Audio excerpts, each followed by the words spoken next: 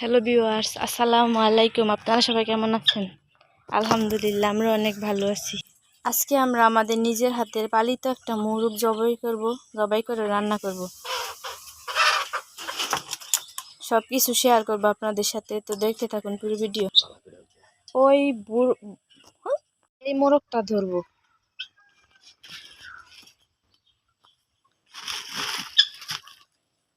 এই বড় মোরগটা ধরে রান্না করব। অনেক বেশি মায়া লাগছিল মোরগটাকে ধরতে। হাজবেন্ডের আবদারে কি করব, তো খাওয়াতে হবে।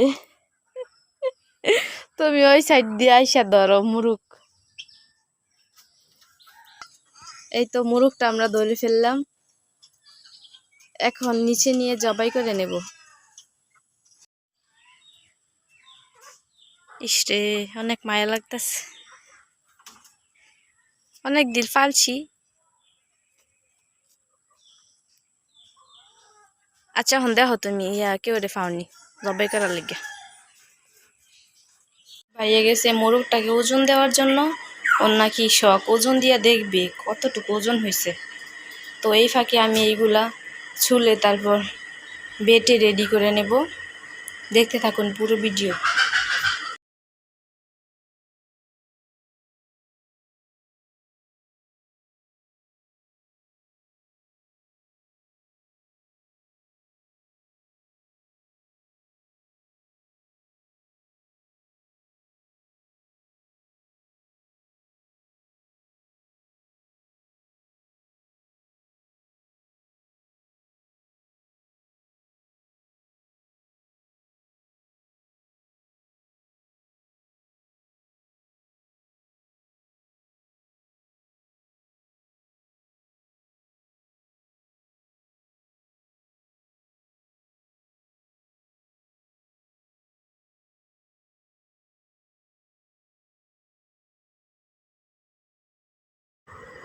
মুরগিটা কেটে নিলাম, এখন আমি ধুয়ে নিয়ে আসবো সুন্দর করে, তারপর রান্না করব। এই কতটুকু হয়েছে দেখুন। আমার মুরগিটা ধোয়া শেষ, সব কিছু রেডি করে নিলাম। মশলা বেটে সাথে আলু কেটে নিয়েছি। গোস্তটাকে ভালোভাবে ধুয়ে নিয়ে আসলাম। এই তো এখন আমি রান্নাটা বসিয়ে দেব। কড়াই গরম হতে দিয়ে দিলাম, এখন আমি তেল দিয়ে দিলাম। তেলটা গরম হলে তারপর দিয়ে দিব পেঁয়াজ কুচি।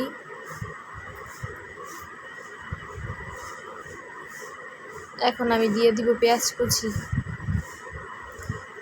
পেঁয়াজটা ভালোভাবে ভাজা হয়ে গেলে তারপর একে একে সব মশলা দিয়ে দিব।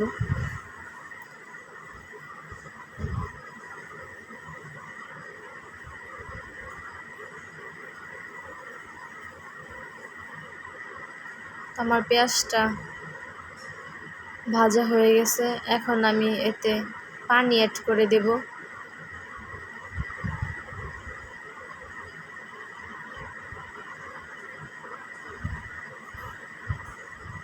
দিয়ে দিলাম পানি।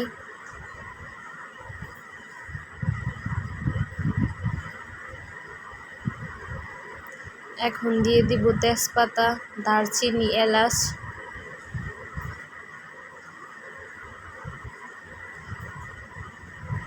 পরিমাণ মতন পেঁয়াজ বাটা, আদা বাটা, জিরে বাটা আর রসুন বাটা।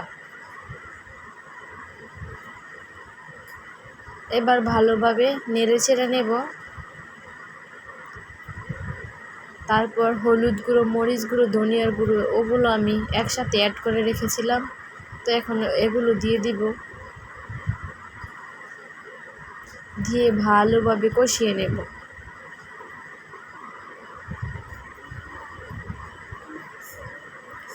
মশলাটা ভালোভাবে কষানোর পরে তারপর আমি গোস্তটা দিয়ে দিব।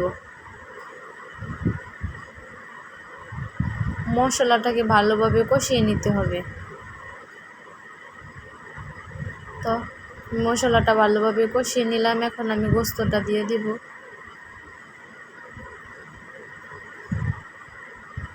এখন ভালোভাবে নেড়ে চেড়ে কষিয়ে নেব।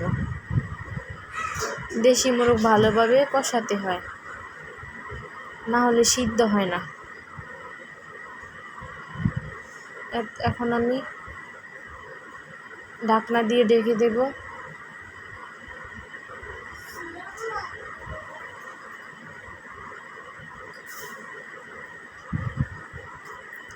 তো আমার কষানো প্রায় শেষের দিকে। কিছুটা আলু অ্যাড করে দেব। ভিডিওটি যদি ভালো লেগে থাকে তাহলে অবশ্যই আমার চ্যানেলটাকে সাবস্ক্রাইব করবেন, আমার জন্য দোয়া করবেন। সুস্থ থাকবেন সবাই। আজকের ভিডিওটি এই পর্যন্তই। আল্লাহ হাফেজ। সবাই ভালো থাকবেন।